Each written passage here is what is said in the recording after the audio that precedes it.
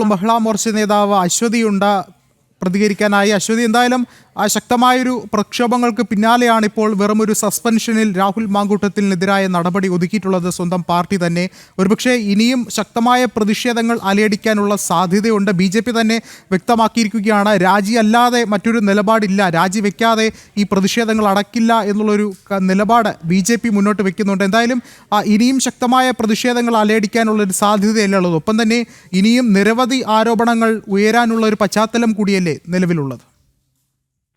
അതെ, തീർച്ചയായിട്ടും ഇന്നിപ്പോ കോൺഗ്രസ് പാർട്ടി എടുത്തിരിക്കുന്ന നിലപാട് തികച്ചും പാലക്കാട്ടുകാരോടുള്ള ഒരു വഞ്ചന തന്നെയാണെന്ന് പറയാം. കാരണം MLA സ്ഥാനം നിലനിർത്തിക്കൊണ്ട് തന്നെ അവരുടെ പാർട്ടിയിൽ നിന്ന് അദ്ദേഹത്തെ ഒഴിവാക്കിയിട്ടുണ്ടെങ്കിലും നമ്മുടെ പാലക്കാട് ഒരു വേസ്റ്റ് ഡംപ് ചെയ്യാനുള്ള ഒരു സ്ഥലമാക്കി പാർട്ടിക്ക് പോലും വേണ്ടാത്ത ഒരാളെ നമ്മുടെ പാലക്കാടിന് തന്നിട്ട് പാലക്കാരെ ഇത്തരത്തിൽ നാണം കെടുത്തുന്ന ഒരു നിലപാടാണ് ഇപ്പോ കോൺഗ്രസ് എടുത്തിരിക്കുന്നത്. സാധാരണക്കാരിയായ ഒരു പെൺകുട്ടിയെ ലൈംഗികമായിട്ട് ഉപയോഗിച്ച് ഗർഭിണിയാക്കി, അത് ഇന്ത്യയുടെ ഭരണഘടനയും അധികാരത്തിൽ സത്യപ്രതിജ്ഞ ചെയ്ത ഒരാളാണ്. അദ്ദേഹത്തിനെതിരെ ഒരു സസ്പെൻഷൻ മാത്രം ഒതുക്കിയത് വളരെയധികം പാലക്കാടിലെ ജനങ്ങളോട് ചെയ്യുന്ന ഒരു വഞ്ചന തന്നെയാണത്.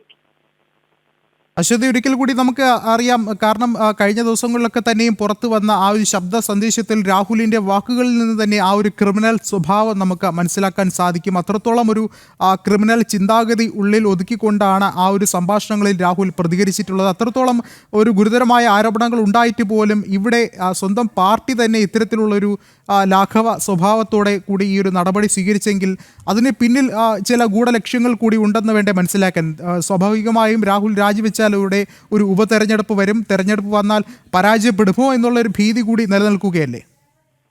അതെ, നമ്മളിപ്പോ കഴിഞ്ഞ കുറച്ച് ദിവസങ്ങൾ, ഏകദേശം ഒരാഴ്ചയായിട്ടും ഇത്രയധികം വിവാദങ്ങൾ ഉണ്ടായിട്ട് പോലും കേരള പോലീസ് കേസ് എടുത്തിട്ടില്ല. അത് തന്നെ വലിയൊരു ഗൂഢാലോചന അതിനുള്ളിൽ ഉണ്ട് എന്നുള്ളത് നമുക്ക് മനസ്സിലാക്കേണ്ടതിരിക്കുന്നു.